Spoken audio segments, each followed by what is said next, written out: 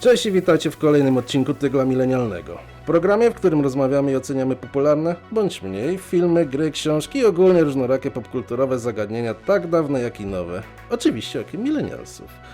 A dzisiaj w programie zmierzymy się z kontynuacją pewnej popularnej VHS-owej serii filmów z Eddiem Murphym w roli głównej, czyli czwartą częścią Gliniarza z Beverly Hills pod tytułem Beverly Hills Cop Axel F. A zanim przejdziemy do intra i ruszymy z odcinkiem, to jeszcze prośba do Was. Jeśli podoba się Wam materiał i to co robimy i chcielibyście nam pomóc, to kliknijcie lajka, dajcie suba i lecimy.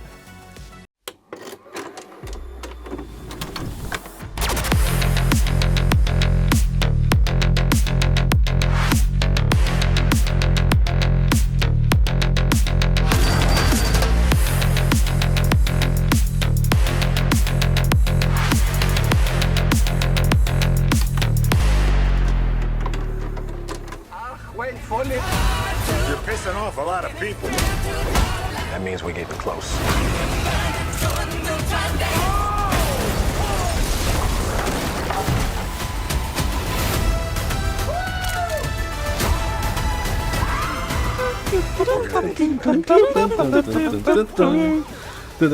Bam. Musiałem, przepraszam. No dobra, dzisiaj będziemy mówić sobie o nowym gliniarzu z Beverly Hills, ale w trochę okrojonym składzie niż ostatnio, ponieważ jest nas tylko trzech. Jest ze mną Sabin, Dzień dobry wszystkim. Mateusz Dzień dobry wszystkim. i ja, Piotrek. Dzień dobry wszystkim. A jak już wspomniałem, tematem będzie gliniarz z Beverly Hills o podtytule Axel F, czyli nowa Netflixowa produkcja, która wystartowała na platformie Netflix 3 lipca. W reżyserii Marka Moloya, Pana, który jest znany z tego, że... nic nie zrobił wcześniej. To jest jego debiut długometrażowy, bo wcześniej ma na swoim koncie jakieś reklamówki dla Apple'a, dla Nissana, dla Johnny Walkera coś zrobił, z tego co widzę, i to wszystko co na IMDb akurat to nie można wyczytać, jeśli chodzi o reżyserię. Apple, Johnny Walker, Nissan, swój chłop. Zwykły chłop. No tylko, że ostatnia reklamówka Apple'a jest z 2019 roku, więc... Pracował nad filmem z Eddie Murphy. To możemy zdradzić, że to całkiem chyba niezły debiut jest. Akurat, ale nie uprzedzajmy faktów. Nie uprzedzajmy, bo też super kolorowo nie jest, ale nie jest źle. To możemy powiedzieć, że nie jest źle. Nieźle, tak. Zwłaszcza, że ten film jest kontynuacją serii filmów. Nie jest żadnym remake'iem. On kontynuuje... Tak, on kontynuuje, można powiedzieć, w dany sposób serię, jaką był Gliniarz z Beverly Hills, a bodajże ostatnia część była w 1994 roku. Czyli 30 lat temu. I tu was zdziwię, bo nieprawda. Ostatnia część była w 2013 roku i był to film telewizyjny Beverly Hills Cop. Z Eddie Murphy? Nie ma tam Eddiego Murphy'ego, ale jest tam... przepraszam. Jest Eddie Murphy. Patrzę teraz na cast. Jest stara obsada i jest nowy aktor Brandon T. Jackson, który wciela się w Arona Folleya. Nieistotne tak naprawdę. Wiesz co, właśnie mam poczucie, że tak wytoczyłeś totalnie ciężkie działo, które w ogóle mnie rozwaliło, zaskoczyło i nie zdawałem sobie sprawy. Szok. Ja też nie. I niedowierzanie. Ja też nie, no. Ja przez przypadek trafiłem na ten film, bo sobie szukałem, wpisałem Gliniarz z Beverly Hills do IMDb, wyskoczyło mi tam lista, kliknąłem Gliniarz z Beverly Hills i tak patrzę na tą obsadę i coś mi nie gra. To jest trochę taka reguła jak z Uniwersalnym Żołnierzem, że Jean-Claude Van Damme wystąpił w jedynce, a dopiero potem w czwórce tak naprawdę, bo po drodze jeszcze były dwa, o których mało kto wie. Czekaj, wiem o drugiej części, a o trzeciej? Trzecia była bezpośrednią kontynuacją dwójki, bo była bez Jean-Claude'a Van Damme, tam był inny ziomek go grał. Okej. Dopiero on się pojawił w czwórce tak naprawdę i potem w następnych. Więc te telewizyjne produkcje tak zwane, one potrafią zaburzyć kontinuum, ale o Axelu F jednak głośno się mówi jako o czwartej oficjalnej, no nie powiemy słowa kinowej, ale jednak oficjalnej części numero 4. Tak, zwłaszcza, że w filmie nie ma żadnego nawiązania do tej części z 2013 roku, ani nie wspomina film o synu rzekomym. Według filmu ma tylko jedną córkę. Właśnie. Tak, i tutaj jest mały problem z wiekiem tej córki, który mnie zaskoczył, bo tutaj inaczej, troszkę przechodząc na fabułę już, Axel F. ma fabułę bardzo liniowo poprowadzoną, dosłownie jota w jotę jak poprzednie części, czyli tutaj nie ma zaskoczenia, kto jest głównym złym. Ten główny zły jest tam bardzo szybko przedstawiony, tylko chodzi o to, żeby pokazać, jak zostanie udowodnione to, że ktoś jest głównym złym i jak dojdzie do jego pokonania lub nie. O tym się przekonujemy później. Czyli dokładnie tak, jak to było we wcześniejszych częściach. Gdzie choćby w trzeciej części to w ogóle na dzień dobry dostajemy twarz głównego złego. Ale to jest osobna kwestia. Tutaj jest ciekawostka, ze względu na to, że w pewnym momencie pada wiek córki Axela Folleya, która się pojawia w tym filmie i ten wiek troszkę się nie zgadza z tym wszystkim, co było, chyba że przyjmujemy, że to, że 30 lat dzieli film, to nie jest do końca timeline też świata, w którym żyje Axel F. Ponieważ to by znaczyło, że w trzeciej części ona miała 2 lata. No tak. Przynajmniej tak to zrozumiałem, może się mylę, ale zrozumiałem, że ona ma 32. Nie było też dokładnie powiedziane, kim jest matka Jane. To jest może, nie wiemy, czy to jest ta dziewczyna z trzeciej części z tego parku. Ona też na J się jakoś nazywała. Ciekawa sprawa, bo wyłapałem moment, kiedy tam Eddie Murphy mówi, a właściwie to Axel podaje jej wiek, ale jakoś nie zarejestrowałem sobie, ile to było. Przyznam szczerze, to było tak mało. 24 marca się urodziła, z tego co kojarzę. Równo 30 lat, tak? Czy nie? Czy 32 mam mieć? 32 wychodziło. 32. Dobra, nie wnikajmy w ten temat. Nie bo wnikajmy, tak- nie wnikajmy, nieważne. W tej fabule jest kilka dziur, tak czy siak? Ale niewielkich. Niewielkich, tak. Dokładnie. Jeśli chodzi o tą fabułę, to może słowo zachwycony jest na wyrost, ale film mi się fabularnie na tyle podobał, że naprawdę z mega bananem oglądałem go, przynajmniej przez tą pierwszą połowę, bo później troszeczkę ta para ucieka z tego filmu, bo tam w pierwszej części się dzieje dużo, nie? Mamy aż praktycznie 3 pościgi i to naprawdę fajnie zrealizowane z muzyką nawiązującą, jeszcze wracającą do pierwszego Gliniarza z Beverly Hills. A potem ta narracja zaczyna siadać, bo skupiamy się również na tym wątku Axela, jego córki, którzy ewidentnie ze sobą nie rozmawiają i ich relacja taka nie jest zbyt bliska, o czym ten film też jest.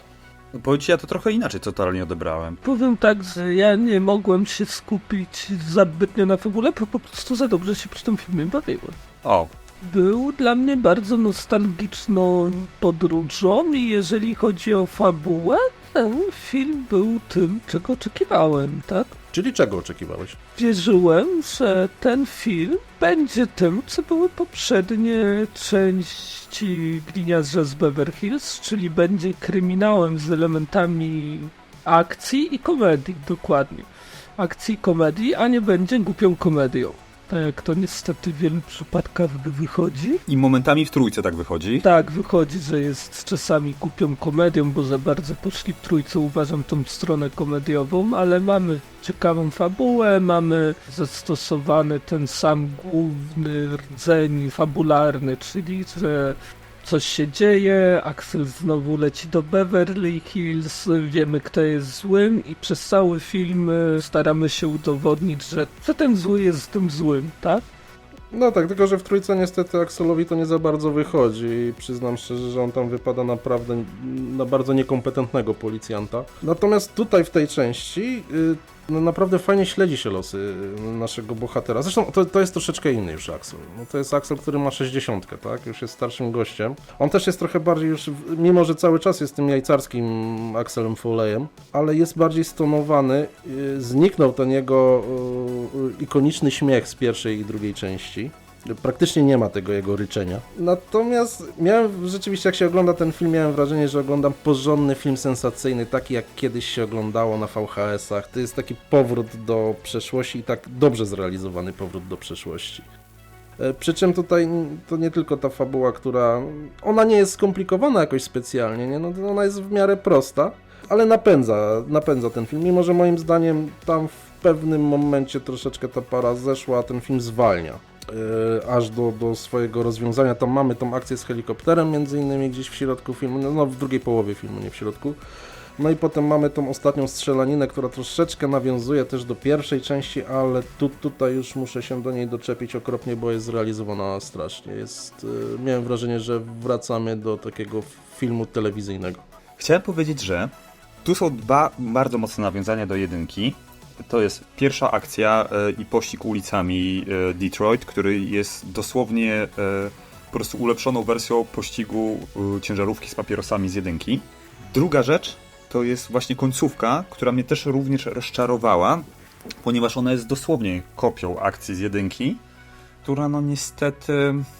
No sorry, ale w jedynce była po prostu ta akcja lepsza, a teraz dostaliśmy coś, co znaliśmy i dostaliśmy to w gorszej formie.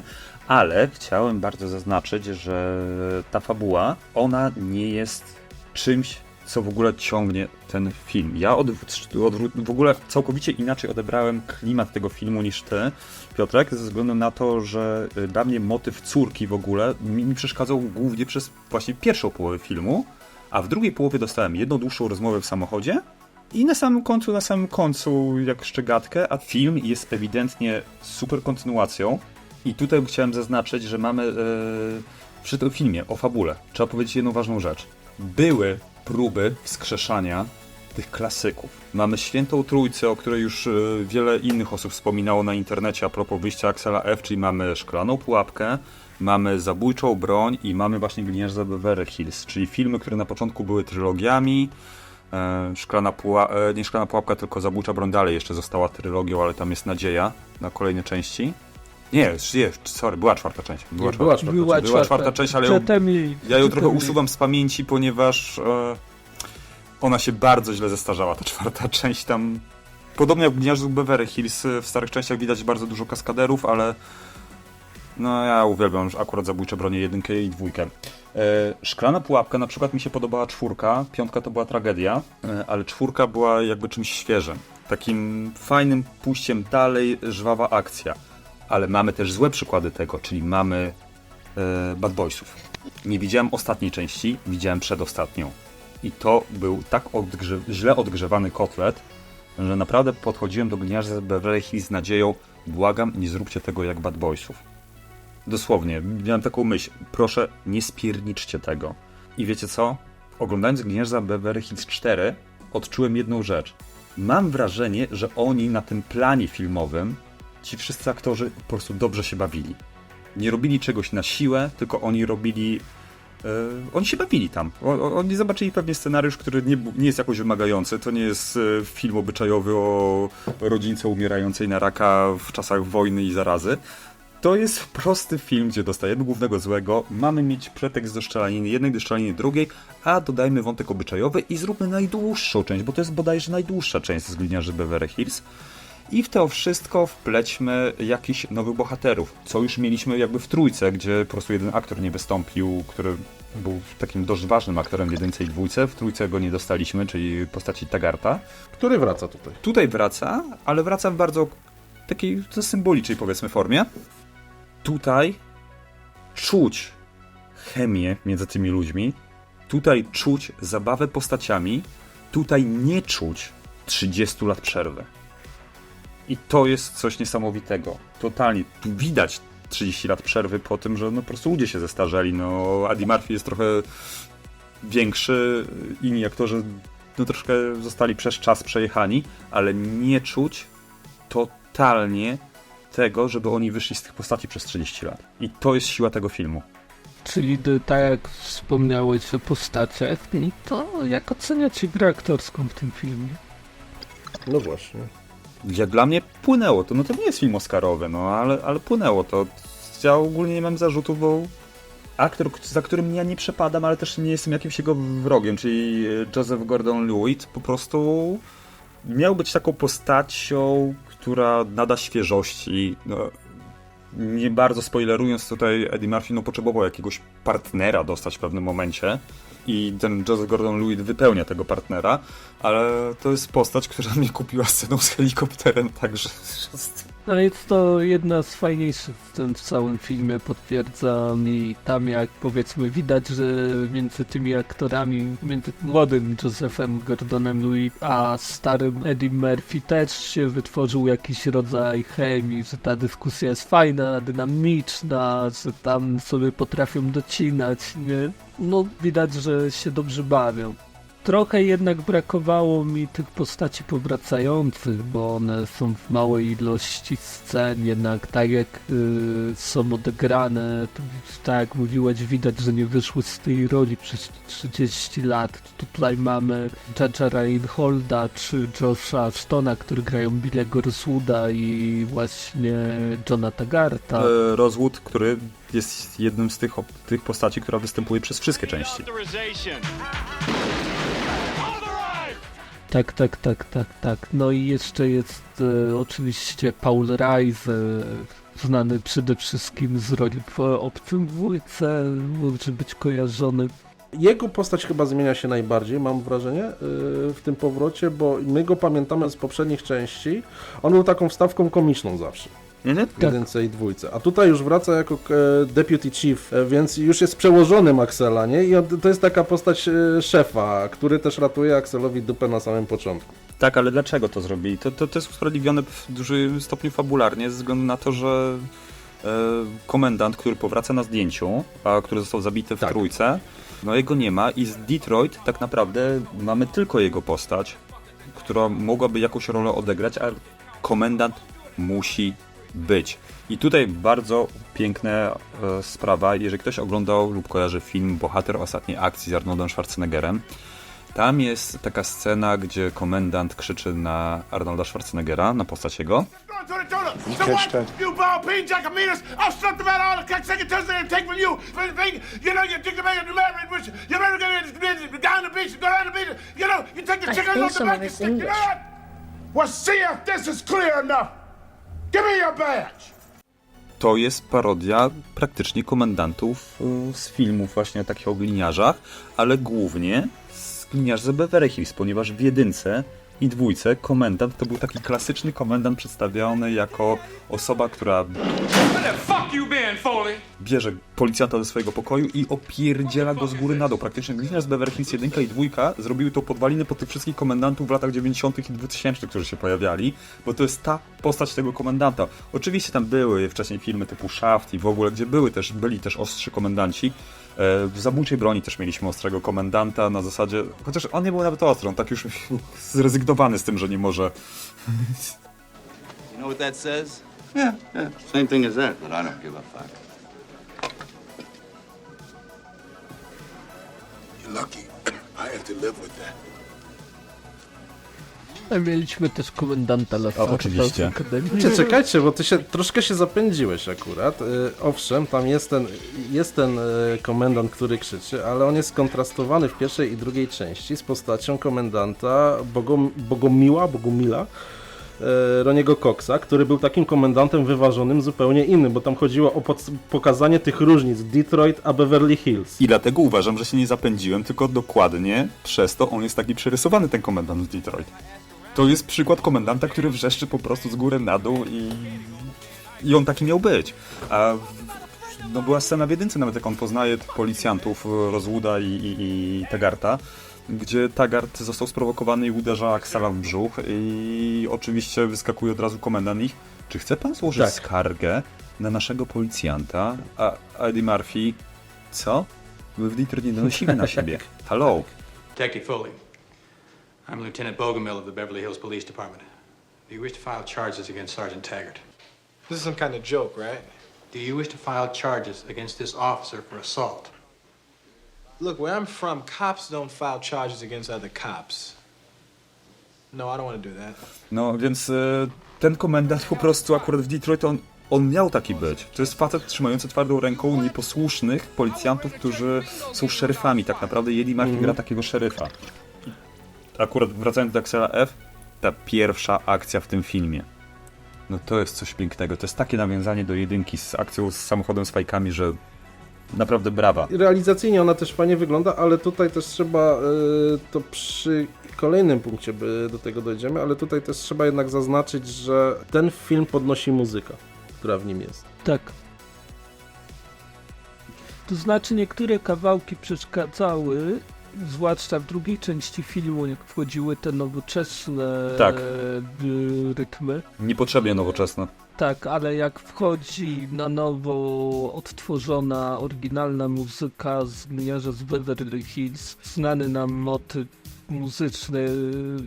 Jak ja nienawidzę to, co z tym utworem zrobił Crazy Frog, jak zepsuł tak fajny utwór, to jest w ogóle masakra, a tu wchodzi ta muzyczka, to wiemy, że Axel Foley już coś kombinuje, że będzie się działo, tak, że ta synthwave'owa muzyka pasuje idealnie w każdej scenie, podkreśla ją, tak, nadaje ten klimat tego vibe'u tych filmów oglądanych u nas na VHS-ie, bo próżno było ich szukać w kinie, nie? Słuchajcie, muszę wam zadać pytanie, ponieważ wracając trochę do wątku fabularnego i nakreślając go bardziej naszym słuchaczom. Jedynka to był film, w którym przyjechał do Axela kolega został zabity dosłownie na korytarzu przed wejściem do mieszkania Axela, gdzie Axel był przy tym, dostał w łeb, po prostu był nieprzytomny. Axel jedzie zemścić się za kolegę. Bo to jest policjant, okej, on przestrzega prawa, ale jednocześnie potrafił to prawo bardzo naginać i łamać na swoje potrzeby, ale ogólnie leci z misją dorwać morderców kolegi. Dwójka, nowy jego przyjaciel zostaje postrzelony, jest w stanie umierającym. Axel jedzie się zemścić za to, że go ktoś postrzelił, mimo że tam jest cały oddział policji Beverly Hills, super specjaliści powinni z tym działać. Nie, Axel z Detroit leci i załatwi sprawę. Trójka, Axel widzi fizycznie, jak jego komendant, znany nam z jedynki, dwójki, ginie. Widzi twarz tego mordercy, która mu się wyryje w bani po prostu. Leci go dorwać, zemścić się na maksa. I mamy nagle czwórkę. Axel dostaje telefon. Ty słuchaj, bo to rozwód. Wplątałem twoją córkę w coś takiego, że przyczepili linkę do samochodu i ją wyrzucili z parkingu, żeby ją nastraszyć, żeby nie broniła faceta w rozprawie. Ty weź przyleć i coś im powiedz, że nieładnie Pokryć zrobili. palcem. No właśnie, ten Axel w czwórce, on bazuje na tym, że on jest stary, jemu się nie chce. On nawet w hotelu, jakbyśmy spodziewałem się, że jakoś przegada to, żeby mieć hotel za friko i w ogóle, no, nie chce mi się. Ta część bazuje na tym, że to jest facet pod 60, czy przekroczył nawet 60 i oglądamy go, co on jest jeszcze w stanie w ogóle komuś zrobić. I się okazuje nagle, że całkiem dużo. Jakie są wasze odczucia względem tego motywu napędzającego? Jest on nowy dla serii. Jedynka i dwójka były takimi, no naprawdę bardziej sensacyjnymi, przyziemnymi filmami, można powiedzieć. Nie miały takiego odlotu jak trójka na przykład, która powiedzmy mocno odleciała w stronę komedii. No Miała też ten w dwójce Rozwód był taką osobą, która została odklejona od reszty części. odklejona troszkę od reszty, była właśnie taką postacią bardziej komediową, ale pamiętajmy, kto robił jedynkę i dwójkę, bo dwójkę robił Tony Scott, tak jak mówisz, a jedynkę zrobił Martin Brest. Facet specjalista do obyczaju, Joe Black, Zapach kobiety. Zapach kobiety, no właśnie, zrobił ją i tamten film jedynka wydawała mi się jeszcze taka brudna i mroczna, zwłaszcza w tych scenach z Detroit. Potem już dwójka mniej, ale jeszcze była bardzo poważnym filmem, a trójka już tak trochę jak slapstickowa komedia dla dzieci. No Wesołe Miasteczko w końcu, działa się w Wesołym Miasteczku. Ona była jak Wesołe No Miasteczko. tak, a w czwórce mamy całkowicie odwrócony ten motyw. Tutaj mamy motyw rodzinny nam wchodzi Właśnie. nagle. W porównaniu do poprzednich części, to sądzę, że to zagrało. Może nie tak jak na super wybitnym poziomie, ale ten motyw zagrał. Był takim motorem napędowym, zwłaszcza bardzo fajne były te dialogi między Eddie Murphym a Axelem Foley, a jego córką Jane Sanders, która nawet zmieniła nazwisko, aby odciąć się od ojca. O czym jest cały dialog o tym zmianie nazwiska. Tak. I To- to Fajnie napisany. właśnie, te dialogi są fajnie napisane i zwłaszcza z tą córką widać jej temperament i charakter po ojcu, co jest fajne po prostu. Mamy też tą nową postać Abbotta, tak, inspektor Abbott, czyli Detektyw Bobby Abbott. Bobby Abbott, tak. On też jest fajnie napisany i też jest napisany trochę w typie Axela Foley'a, tak? To też jest ten niepoprawny gliniarz, który zawsze chce sprawę doprowadzić do końca, tak? Nie boi się wyciągnąć broni, nie boi się strzelać, też ma gadane. W inny sposób niż Axel, sobie powiedzmy, Ma ale małą też traumę. ma gadane. Tak, małe traumy. Akurat to jest bodajże 2 scenarzystów ale obaj panowie pracowali ze sobą przy filmie z Pedro Pascalem i Nicolasem Cage'em, czyli Nieznośny ciężar wielkiego talentu. Aczkolwiek, no jednak wracając, ten scenariusz jest zgrabny. Fabuła jest prosta jak budowa cepa, ale jego się ogląda przez te dialogi, przez sytuacje i nawet coś, co mi mega przeszkadzało. Choćby taka postać, która była w 1 i 3, czyli Serge'a, która tutaj powraca, to ona powraca w sposób bardzo naciągany. Ale oglądając to, mi to nie przeszkadza ze względu na pewien sentyment. I chciałem Serge'a zobaczyć, fajnie, że go pokazują i scenarzyści ujęli to w jakiś sposób taki, żeby to usprawiedliwić. Te postacie czasami się pojawiały z głupiego powodu i właśnie Serge jest taką postacią. Ale jest to dla mnie usprawiedliwione bardziej tym, że ja się cieszę, że go zobaczyłem po prostu, bo to była postać, którą jak w 3 zobaczyłem, kolesia z 1, to mówię, wow, fajnie. I don't believe this! Aquel! Aquel Polly! You crazy thing! What you doing here? Serge. Serge. A tutaj nagle, większa rola, ale cała ta akcja z oglądaniem mieszkania jest dla mnie po prostu głupia. Tam nic nie siadło po prostu w tej scenie. Mam wrażenie, Nic. że te wszystkie gagi, które tam są, one są na siłę wciśnięte. To nie jest to, co w 1, jak poznajemy Serge'a, który jest postacią lat 80., powiedzmy to szczerze. To jest dowcip lat 80., taka postać ciepła, zabawna, z akcentem. To wtedy bawiło. On to kontynuuje w 3, też to jeszcze nawet bawi, ale w tym filmie to już nie do końca zagrało. Już miałem wrażenie raczej tak, że coś mnie tam w środku skręca w tych scenach niż bawi rzeczywiście faktycznie. Że sam Serge mi właśnie nie przeszkadzał, mi przeszkadzała historia, dla której on się pojawił w tym filmie. No i to, że było widać, że jak mówię, on nie grał jakoś z tymi postaciami. Nie wiem, czy tam reżysersko tutaj to nie zagrało, czy może faktycznie scenariuszowo nie do końca to też siadło tam. Czuć, że coś jest nie tak, ale fajnie, że się pojawił, fajnie, że jest ta postać, no bo jakby nie było, jest Ta rozpoznawalną scena postacią. jest takim troszkę odhaczeniem tych punktów scenariusza, tak? I punktów nostalgii, że znowu mamy scenę z wkręcaniem kogoś w jakimś domu. Przecież z jakimś domem, wielką willą, czy tak dalej. Przecież jak przyjechał tam Axel Foley, to było bodajże w 2 i podał się za inspektora budowlanego, aby zamieszkać w czyjejś willi, przerwał ten remont i tak dalej. Tu mamy ten klasycznie ograny motyw właśnie willą, odkaczony, nostalgia idzie do góry, mamy Serge'a, który no zawsze był taką komiczną postacią, ale tutaj wydaje mi się, że jego postać zestarzała się najgorzej, jeżeli chodzi o... On już jest taki za bardzo przerysowany. Już w tamtych czasach to bawiło, w tych czasach już nie bawi tak jak wtedy, tak? I on też chyba wtedy miał więcej energii niż teraz. I to widać. Tak. Tak. Ja się tu bałem na przykład Taggarta, bo Taggart się bardzo zestarzał z wyglądu, ale jego pociągnęli jakby tą żoną, o której wspominamy, gdzieś tam było w poprzednich częściach, a... Widzimy ją nawet w jednej innej Tak, scenie, właśnie. I tak? to było fajnie. I ten ostatni dialog między Taggartem a Rosewoodem na temat żony i pewnych czynności, tak, jest rewelacyjnym domknięciem tego. Taggart mi przeszkadzał na końcu, bo na siłę został wpleciony w coś, co po prostu miało wyglądać jak kopia akcji z 1. Strasznie jego postać mi tam nie leżała. Ale wiesz co, tutaj możemy akurat się doczepić całej tej końcówki, bo jak powiedziałem, pierwsze pół godziny tego filmu obiecuje nam, że te sceny akcji, one będą fajne, bo one naprawdę, te pościgi są super. Później mamy ten pościg, tą ucieczkę tym helikopterem, która też jest fajna. Tobie się podobała bardzo, ja tak, to było okej, tam było trochę... No ja się uśmiałem. Uśmiechnąłem się lekko faktycznie, tam w pewnym momencie, jak Eddie Murphy nawet grozi Louisowi z broni w ogóle. On najpierw go spoliczkował. Tak, on go spoliczkował.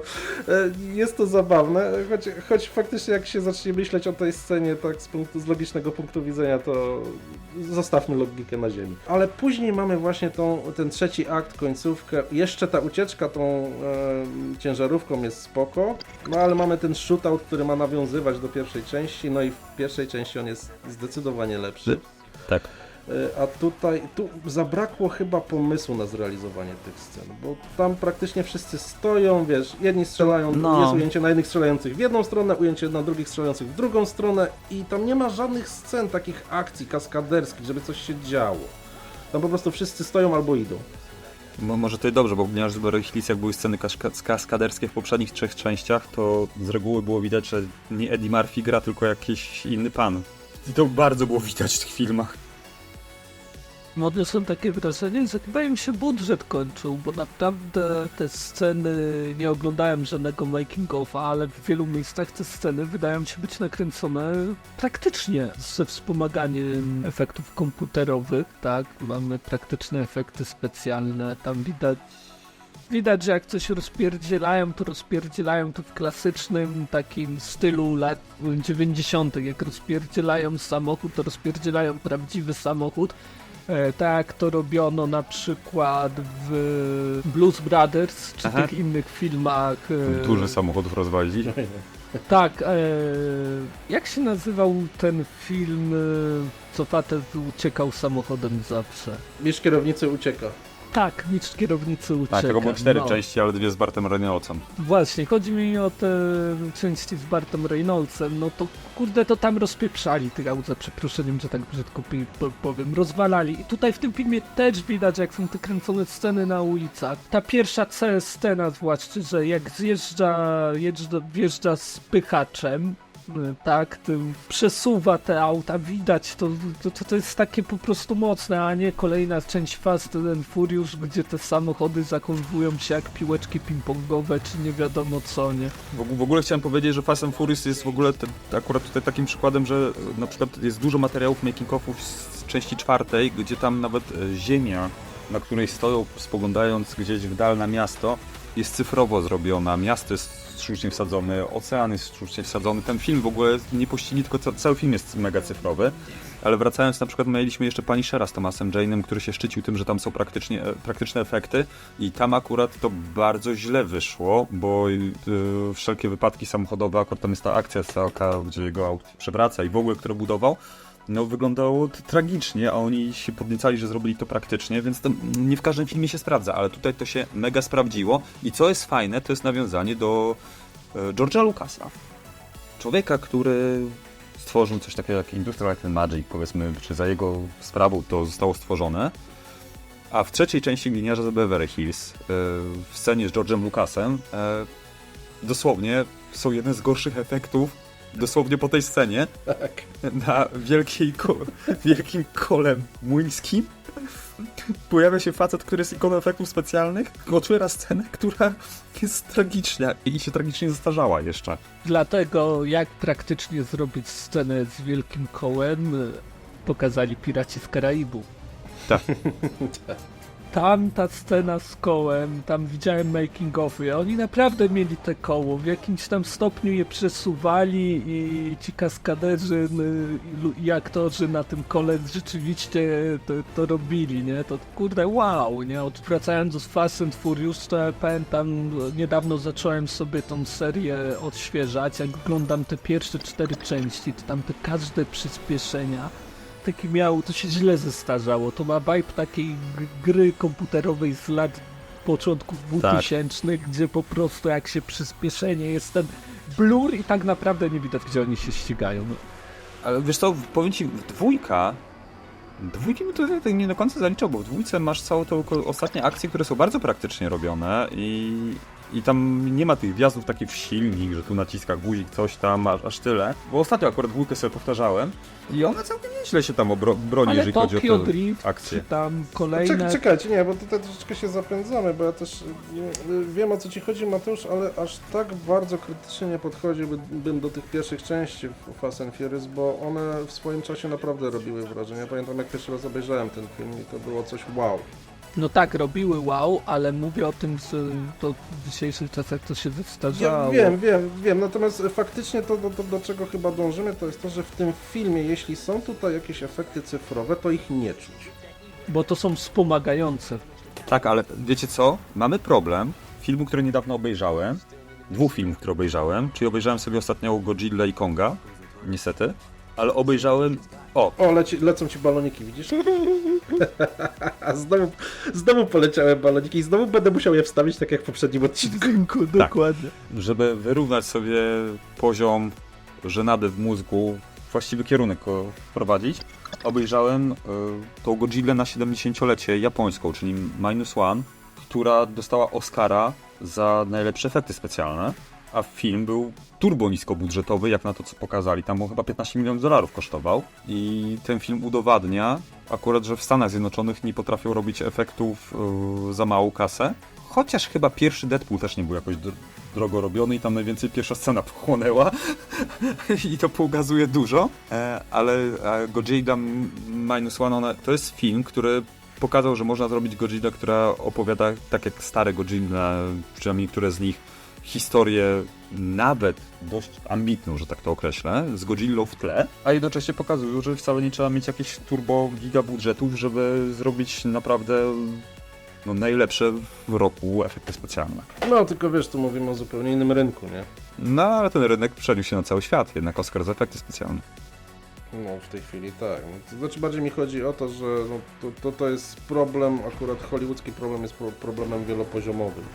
Też jest problemem systemowym, więc fajnie to porównać, zestawić ze sobą, nie, że można za niskie pieniądze i że można otrzymać naprawdę świetny efekt, ale no, też mówimy o dwóch różnych krajach, dwóch różnych rynkach, działających też na trochę innych zasadach.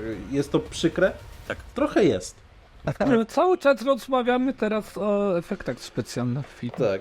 I trzeba przyznać, że stoją na wysokim poziomie, bo jak one się pojawiają, jest ten rozpierdziel, widać, że ten rozpierdziel wygląda fajnie, może najsztuczniej wygląda trochę w tej właśnie ostatniej, finałowej scenie. Wjazd ciężarówki do budynku.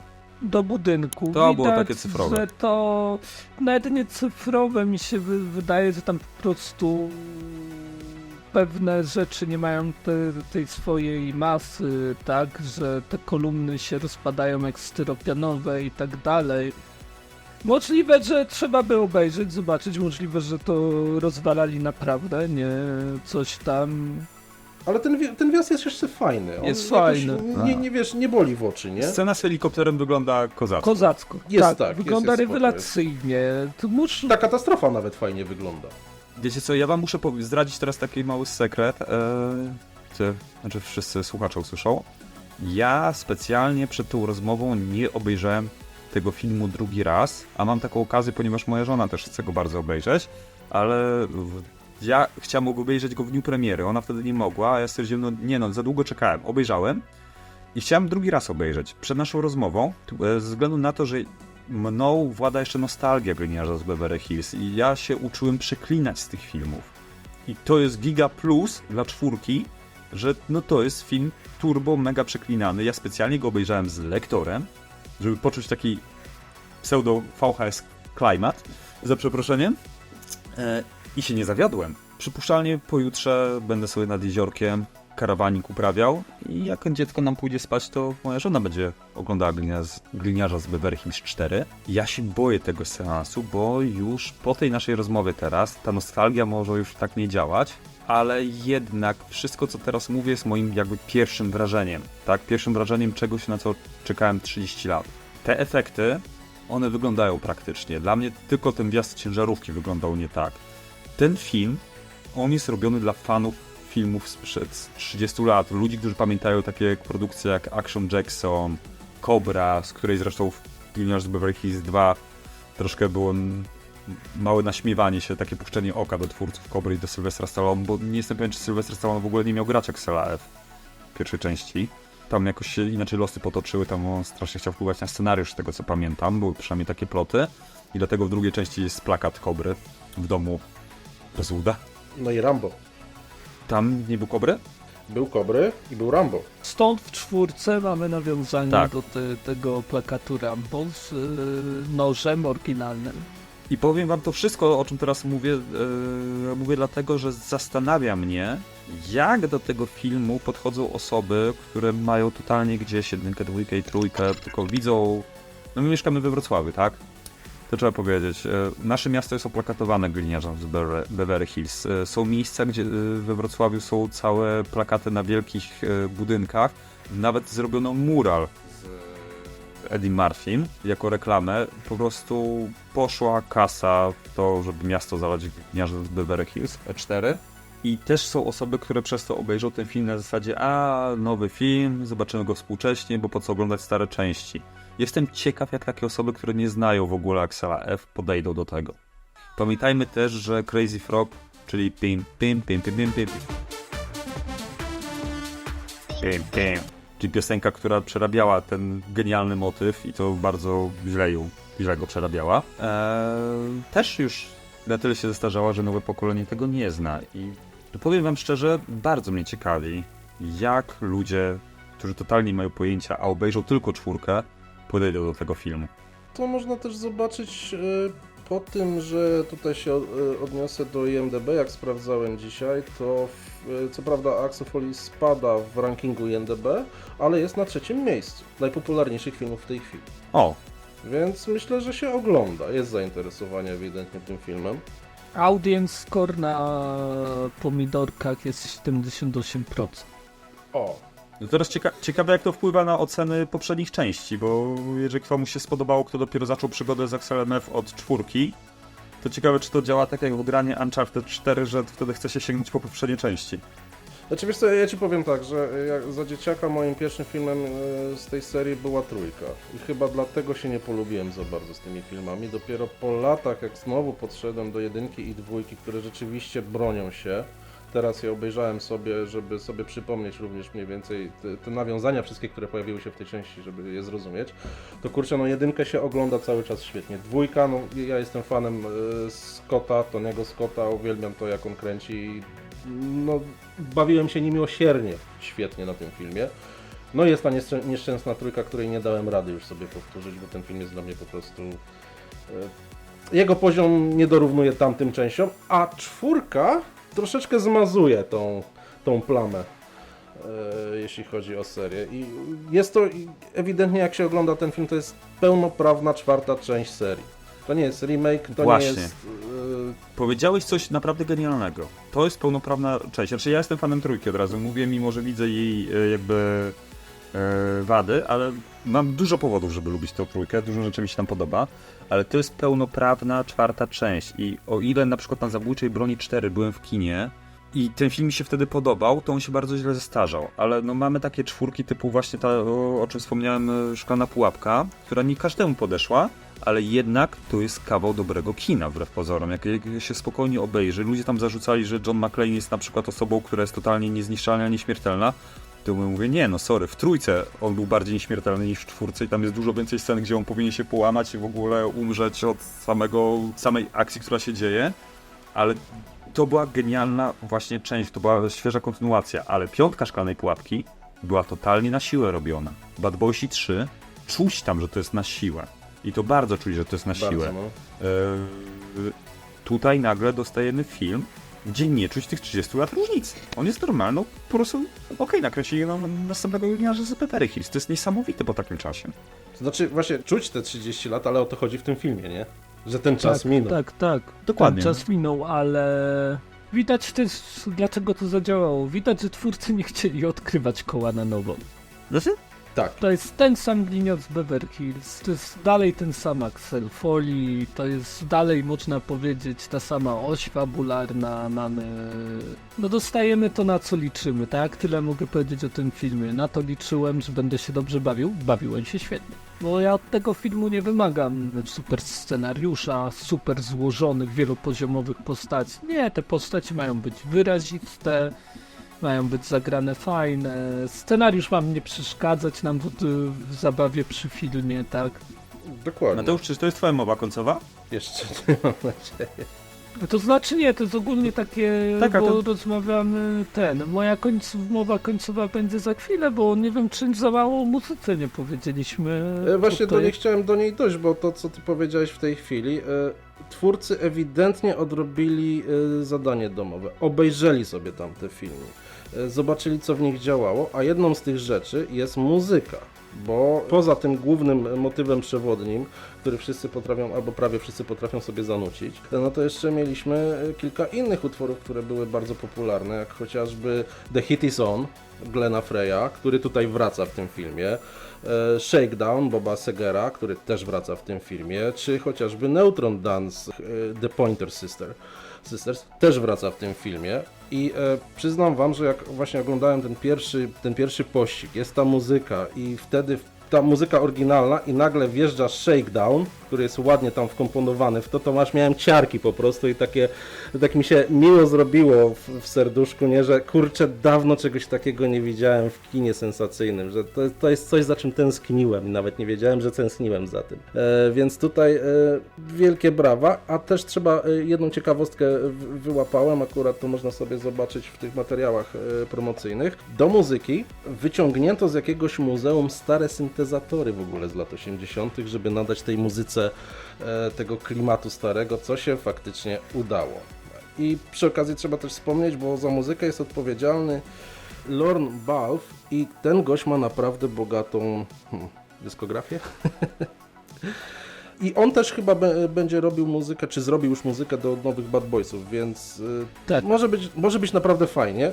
No przekonujesz do tych 4 Bad Boysów. Właśnie też się przekonuję powoli, bo jeśli ten film był tak fajny i tutaj niektórzy z ludzi biorących udział w produkcji tego filmu również maczali palce w tych nowych Bad Boysach, to być może rzeczywiście będziemy mieli jakiś renesans kina tego buddy cop movie.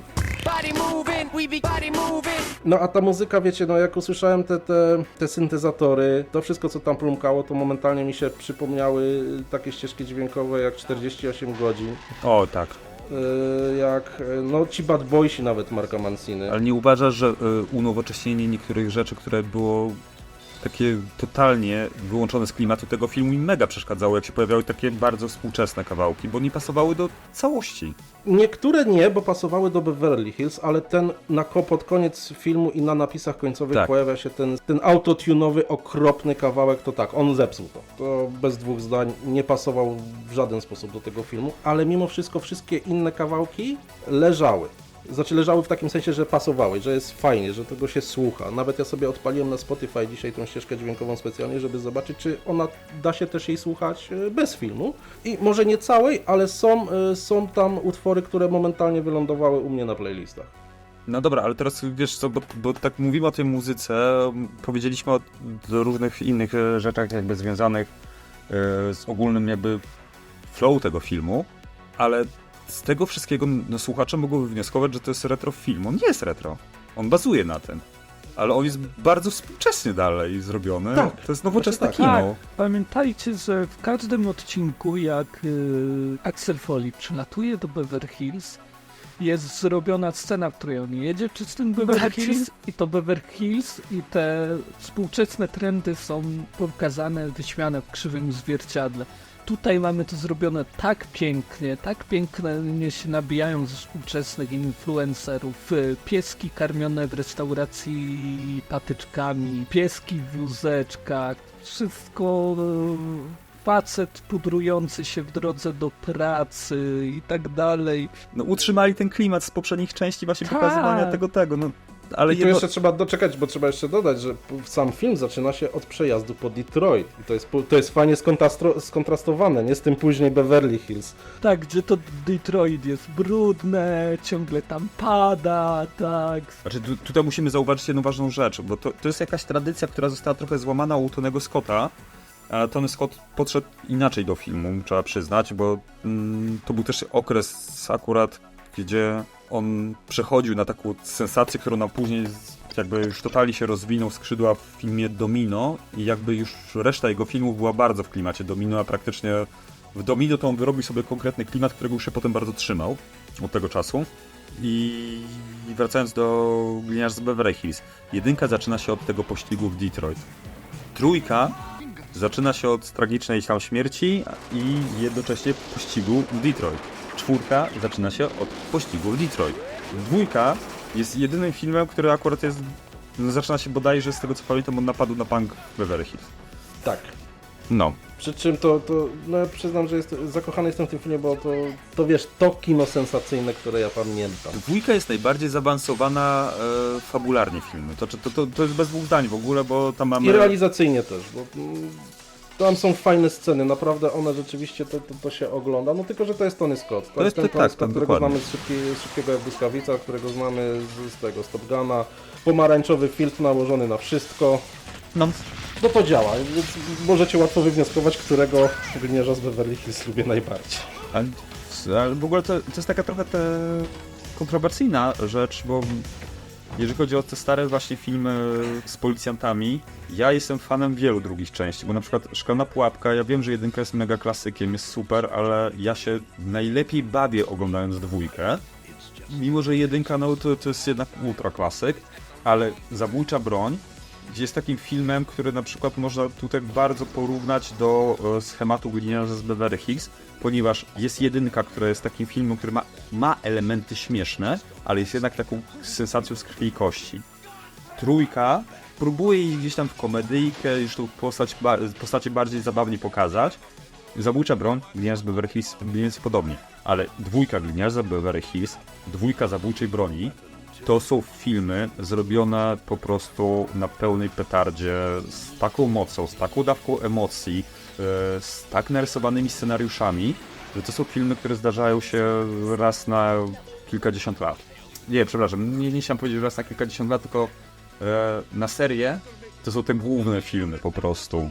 Kiedyś to się częściej zdarzało, bo masz jeszcze 48 godzin i kolejne 48 godzin, No, które godzin, też jest tak. kurczę niesamowite. Ale kolejne 48 godzin jest lepsze od jedynki. Tak, jest lepsze i w ogóle to ten otwarcie na tym, w tym barze, na tej pustyni, tam przy tej trasie jakiejś międzystanowej, no majstersztyk. Chociaż dla mnie królem tych filmów jednak dalej będzie Zabójcza broń 2. Ona akurat z tych wszystkich sensacji, tych takich dwójek, to Zabójcza broń 2 najbardziej mnie zmiotła z planszy. No ale ogólnie wychodząc poza filmy sensacyjne, no to dużo filmów drugich było tymi lepszymi częściami, no o ile nie najlepszymi w serii, tak jak w przypadku Terminatora. A wiedziałem, że to powiesz. Wiesz co? Mi się ja powiem tak, zawsze lubiłem bardziej jedynkę i dopiero po długim czasie stwierdziłem, że dwójka jest większym filmem.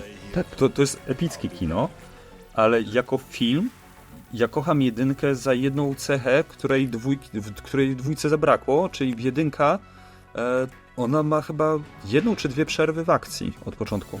Ten film zapierdziela cały czas. Znaczy, wiesz co, to prawda, ale tego A nie jedna z czuć tych przerw to jest za przerwa na seks.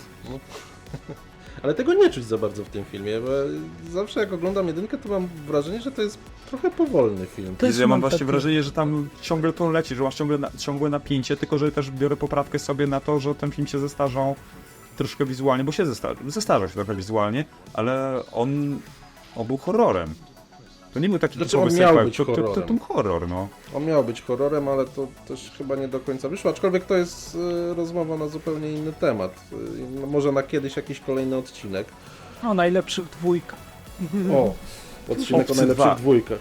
Obcy 2, oczywiście. Obcy 2, decydujący W start. sensie wielu obcych. Zwłaszcza wersja reżyserska. Powrót do przyszłości 2. No, wiesz, kiedyś te dwójki naprawdę musiały być lepsze. Teraz dwójki to jest po prostu odhaczanie. Złoto dla zuchwałych 2.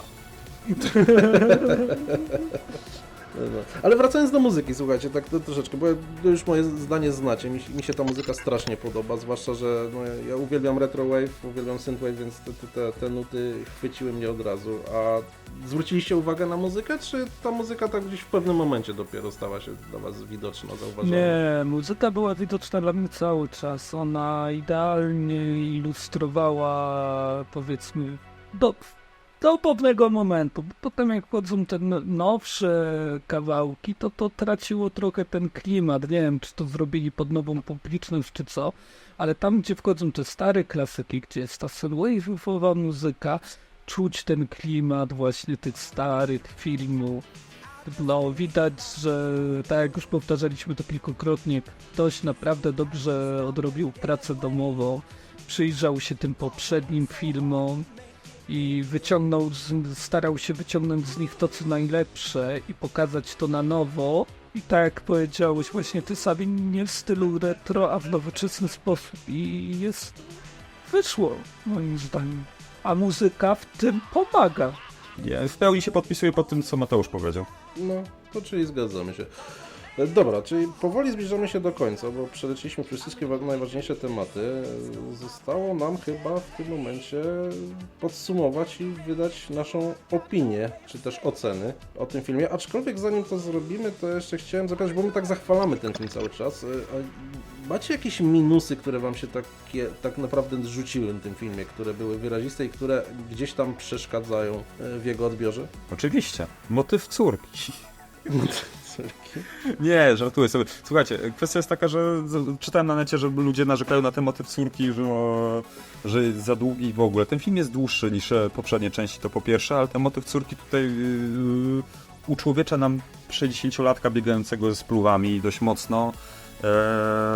Daje mu jakieś zaplecze, jakby całej tej historii. Do tego Gordon Lewitt też tam odgrywa pewną rolę w całym tym motywie, a jednocześnie służy za tego jakby takiego, powiedzmy, partnera doszywanego i to tam wszystko zagrało w odpowiedni sposób. Dla mnie minusem jest to, co wcześniej wspomniałem, czyli pokazanie niektórych postaci trochę na siłę, typu właśnie Taggart pod koniec mi się nie podobało mi się to, jak Serge został wkręcony. Bardziej spodziewałbym się Anihilatora 3000, czyli kontynuacji Anihilatora 2000 z trójki i Serge tutaj próbuje jakoś opchnąć coś, jakiś motyw inny, nie wiem, żeby to inaczej było rozegrane. Dla mnie trochę na siłę te postacie, po prostu te postacie były na siłę dane w scenariuszu, ale nie było to tak nachalne, żeby mi przeszkadzało i mimo, że widziałem głupoty tego scenariusza przez to akurat mi się to podobało, bo koncentrowałem się na tym, że fajnie, że oni wystąpili razem, zobaczymy, czy mają znowu tą chemię. Na tej zasadzie do tego podszedłem.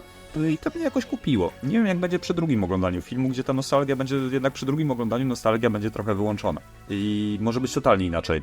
Też mam zarzut co do tych postaci powracających, choć troszkę inne. Uważam, że Taggarta i Rosewood'a była trochę za mało w tym filmie. Tak. Chociaż Rosewood jak był, to robił Rosewood'a. I do tego Rosewood'a z dwójki, a nie trójki. Tak. Jeszcze jedna rzecz. Taggart był dla mnie trochę takim danym Gloverem z zabójczej broni, gdzie on już myślał o tej emeryturce i tak dalej. W każdej części myślał o emeryturze. Tak.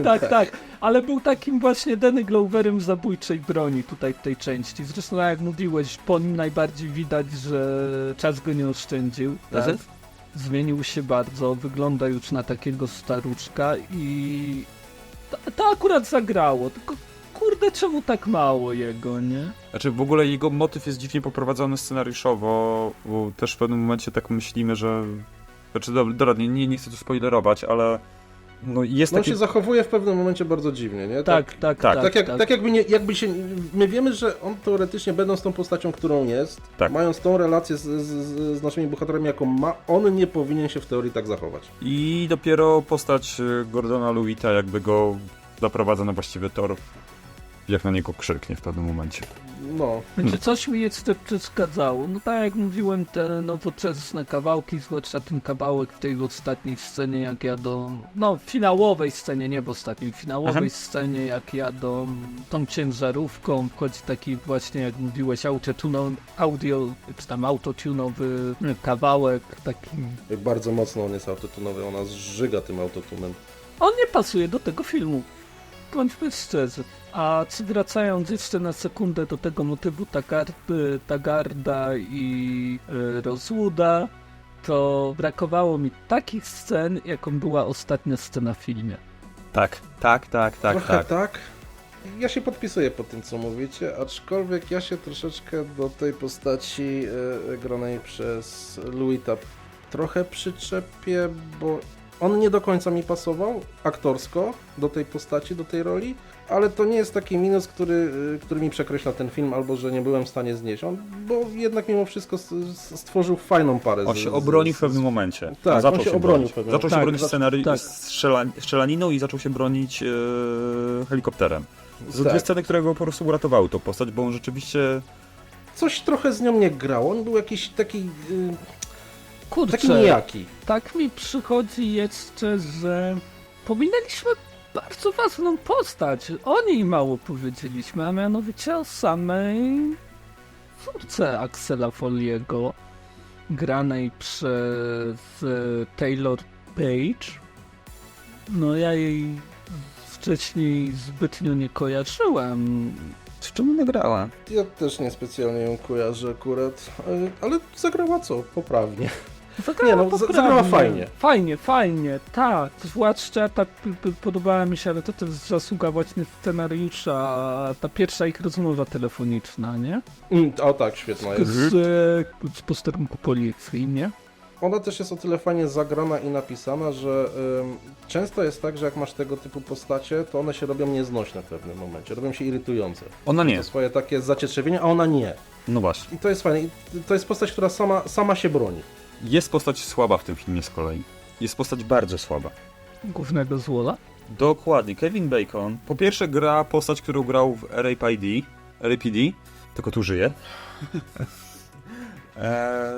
I on jest najgorszym złym ze wszystkich części po prostu Gliniarza z Beverly Hills. Jest najmniej wyrazisty, jest najbardziej oczywisty i jest po prostu najbardziej nijaki z nich wszystkich. I niech o tym świadczy to, że zapomnieliśmy o nim wspomnieć wcześniej. Tak. Kurde.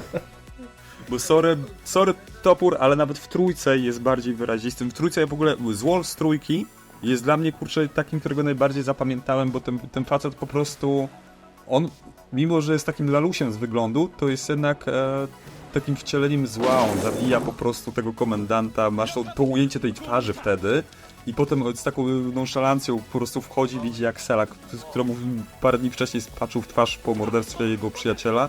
No sorry, ale kurczę, Kevin Bacon po prostu tutaj w ogóle na tle tych wszystkich złoli z poprzednich części, on ginie, w ogóle jest tak nijaki, że masakra. Ale chciałbym jeszcze zaznaczyć jedną rolę, faktem, epizodyczną w wykonaniu pewnego meksykańskiego aktora Luisa Guzmana. Boss Cholinio, on był Chalinio, coś takiego, ale Tak. kurde, to jak to zagrał, jak on się tam pojawia. On może się ludziom kojarzyć, on gra bodajże teraz w rodzinie Adamsów, tak? Gomeza. Gomeza Adamsa. No kurde, po prostu tak pięknie. Jedna z moich ulubionych scen w tym filmie jest. Tak, ale ja miałem obawy o tego aktora, jak on został ogłoszony Gomezem jeszcze w zderzeniu z tam Carrie Zeta-Jones, nie? Gra Morticia. Tak. No i on mi tak nie leżał, ale obejrzałem Wednesday i kurczę, on poradę. Tam ten casting działał. Zresztą ten serial nawet działał. Przyznam, że byłem zaskoczony, że ten serial tak fajnie leży. I leży, mówię tutaj w sensie, że działa. Kurczę, muszę się oduczyć mówić leży, bo to jest dwuznaczne bardzo. Tak. Tam też jakby nie patrzeć, no Jenna Ortega też bardzo ciągnie jakby w ogóle ten serial aktorsko, ale ona jest dobra, no. Już jesteśmy przy tym, tam jednak muszę się przyczepić do tego, że tamten brat z Wednesday został po prostu... Jego nie ma w tym serialu, ale to tak Ale już to nie off-topując. rozmawiamy o Tak. serialu. No właśnie. Czy jeszcze coś wam przeszkadzało w najnowszej części Gliniarza z Beverly Hills? W sumie powiedzieliśmy, no ten Search, który jest trochę na siłę i to czuć, co szkoda, no i ta ostatnia akcja, która jest bardzo budżetowa, tak jak wspomniałeś, rzeczywiście teraz jak powiedziałeś to wcześniej, to też się zacząłem zastanawiać w tej chwili, czy przypadkiem zwyczajnie mi się budżet nie zaczął kończyć pod koniec. Znaczy pytanie, czy oni kręcili ją pod Czy, koniec, tak, co nie? czy No. kręcili ją pod koniec, nie? Albo się rozkręcili, zakręcili ją jako pierwszą i się rozkręcili dopiero. Ale ona odstaje od wszystkich Tak. innych scen akcji, sekwencji akcji w tym filmie, więc no, wielka szkoda tutaj troszkę, bo można było rzeczywiście, powinno się ten film z przytupem zakończyć, a zabrakło tego, ale tak poza tym, no to chyba ja się nie mam do czego więcej przyczepić w tym momencie. Zatem tak jak już tu zapowiedziałeś, prosimy o werdykt. Tak, werdykt. To kto chce zacząć od swojego werdyktu? Ty. Ja? No dobra, ja. Ja się w sumie troszeczkę biłem, bo tak się zastanawiałem nad szósteczką, wbrew pozorom. Ale stwierdzę, że nie mogę dać szósteczki przez to, a szósteczką przez to, że ten, jak mówię, dla mnie ten film stracił parę w drugiej połowie. Tamte minusy troszeczkę już zaczęły być widoczne, on zaczął się dłużyć. Natomiast mimo wszystko, oglądając ten film, miałem tego banana na twarzy. Bawiłem się dobrze. Nawet trochę tej nostalgii za tymi filmami z VHS-owymi z lat 80., 90. się pojawiło. Muzyka mi się strasznie podobała, więc ja dam tutaj 7 tępych toporów na 10. Ja tylko tak dla części widzów dodam, że jeżeli my mówimy o filmach VHS-owych, to nie chodzi nam o produkcje, które stricte były produkowane w Stanach Zjednoczonych pod VHS, a u nas na przełomie lat 80. i 90. one się pokazały na VHS-ie, bo nigdy ich nie było u nas w kinie, tak? Nie miały szans przez naszą historię nie miały szans pojawić się u nas w kinie. No i my te filmy poznawaliśmy po prostu jako dzieciaki na VHS-ach, tak? Z wypożyczalni VHS-ów, tak, dokładnie, świetna uwaga, świetne spostrzeżenie. Bo dla nas to faktycznie jest czymś takim oczywistym, nie? Kiedy mówimy o VHS-ach.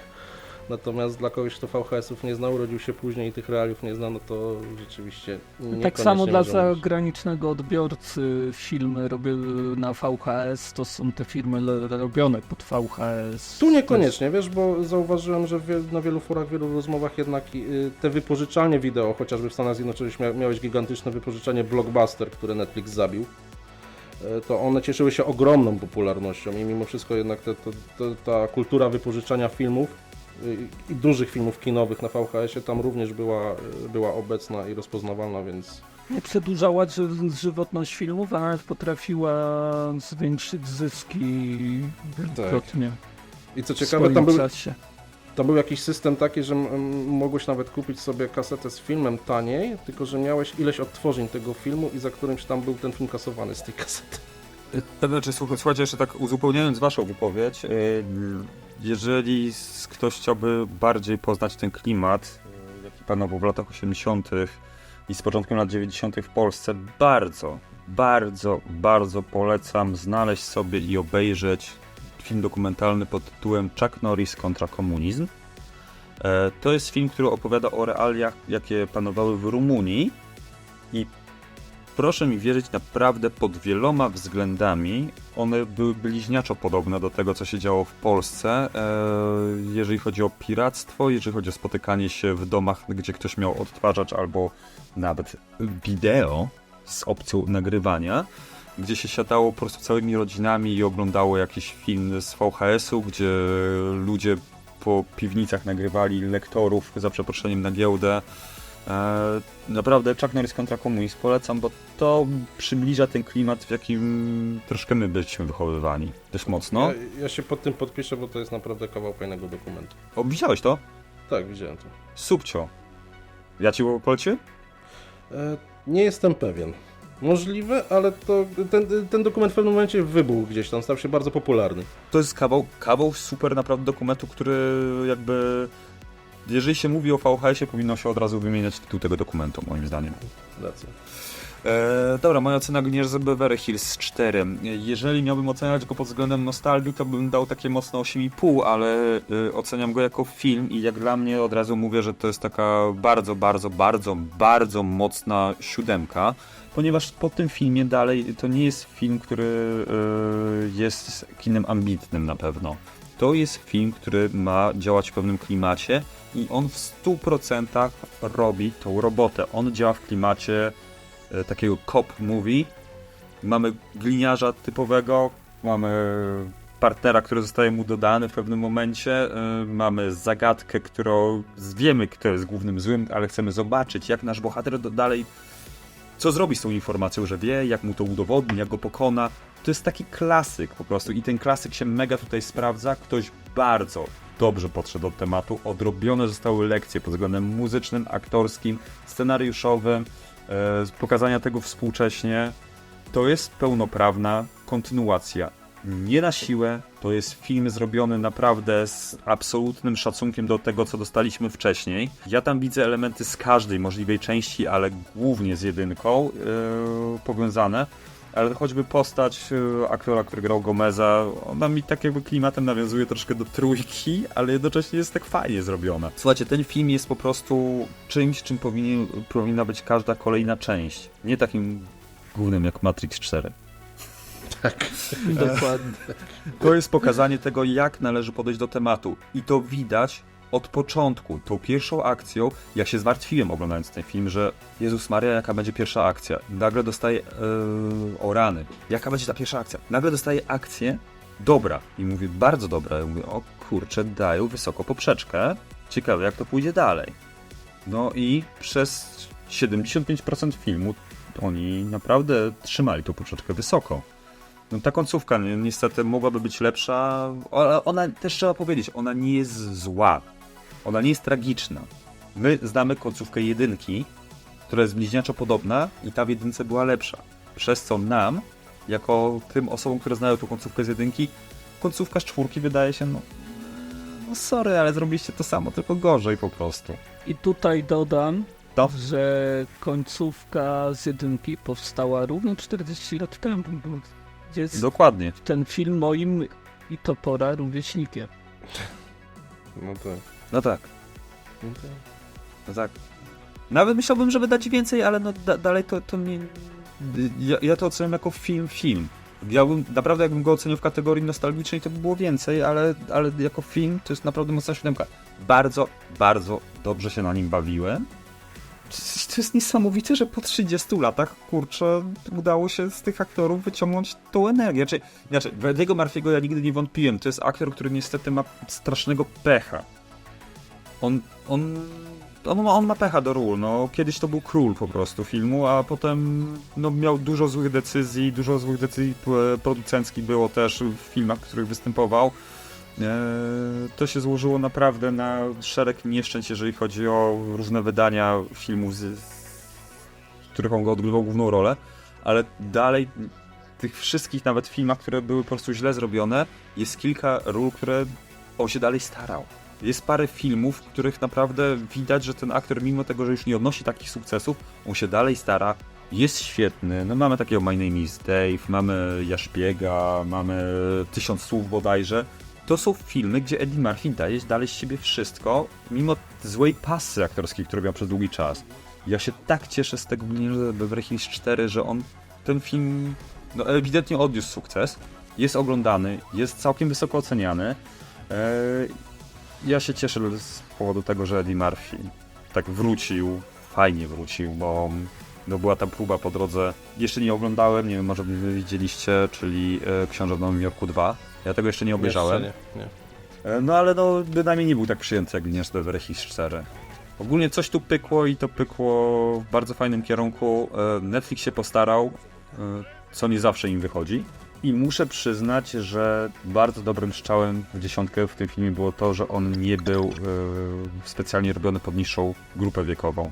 Ten film jest pełnokrwistą kontynuacją filmu, które, tak jak wspomniałem wcześniej, ja się uczyłem przeklinać od Axela Foley'a. Naprawdę. No, ja jak zwykle będę trochę na opak i nie dam cyferki, ale powiem tak. Jeżeli szukacie dobrze zrobionej kontynuacji, która zabierze was w nostalgiczną podróż, a do tego chcecie się naprawdę fajnie bawić przy filmie, który nie jest głupią komedią, to polecam. Będziecie się tam bawić. I tego filmu należy oczekiwać. Nikt nie liczył na nic więcej, nie liczyłem tutaj na oscarowe kino. Ten film prawie w 100% spełnił moje oczekiwania. No dobra. Można łatwo wywnioskować z tego, że film nam się podobał. I miejmy nadzieję, że rzeczywiście on i być może ci nowi Bad Boysi troszeczkę przetrą szlaki dla nowych bądź też kontynuacji starych buddy cop movies. To zrobionych porządnie i fajnie. I w sumie sobie i wam tego życzę w takim razie. Pokażą, że kolejne Fast and Furious czy Mission Impossible nie muszą być coraz większe, bo dochodzi już czasami do takich, te filmy tak dalej się fajnie ogląda, ale kurde, poziom absurdu już tam tak odjeżdża w niektórych przypadkach. A że Mission Impossible trzyma się. Broni się lepiej niż Fast and Furious, Znaczy, ale no, zdecydowanie tak. poziom Zdecydowanie. absurdu i tego, co ci szpiedzy nie mogą, jakich tam gadżetów wszystkiego Tak. nie mają, to już też jest jakiś kosmos. Aczkolwiek Fast and Furious ostatnia część wybija się, ale też w dużej mierze dzięki Jasonowi Momoa. Ja tutaj myśleliśmy sobie, żeby nie zrobić może właśnie takiego odcinka, gdzie każdy z nas spróbuje ułożyć od najgorszej do najlepszej części. Tak, Fast and Furious. Ja lubię tę serię, ja sobie nawet cenię za jej ewolucję, która jest tak naprawdę ewolucją związaną z jednym reżyserem, aczkolwiek Pamiętajmy o tym, że jedynka to był po prostu kawał dobrego remake'u, no, bo to był Point Break. Jeszcze jeden film, o którym wszyscy zapominają, czyli No Man's Land z Charlie Sheenem. No dobra, no to co? No to fajnie. Dziękujemy za uwagę. Jeśli wam się podobało i chcecie nas wspierać, to dajcie tego lajka, dajcie suba, rzućcie linkiem znajomym, a nam pozostaje się pożegnać, a w kolejnym odcinku być może inna kontynuacja, nie, remake, przepraszam, tym razem Remake. nostalgicznego, starego filmu, który był VHS-owym hitem. Przy czym filmu, który rzeczywiście swoją popularność dopiero zdobył na VHS-ach. Ja się żegnam z wami, chłopaki. Na razie, do Obejście usłyszenia. Axela F. Tak, obejście Axela F. A jeszcze powiem, na wielu serwisach VOD teraz wiadomo, że 4 jest na Netflixie, ale na wielu innych serwisach VOD się pojawiła 1, 2 i 3. Tak, które warto też sobie przypomnieć albo zobaczyć, jeśli ktoś Te nie widzi. filmy źle się nie zestarzały. Jak większość tego typu filmów z tamtych lat mimo wszystko. One się bronią, bo jak mówiłem, dla mnie, ja wracam do tych 48 godzin, bo obejrzałem sobie je rok temu, po raz pierwszy po wielu latach i bardzo w moich oczach te filmy urosły, obie części. A przy okazji też Eddie Murphy. Dokładnie. No to co? Trzymajcie się i do następnego, do usłyszenia.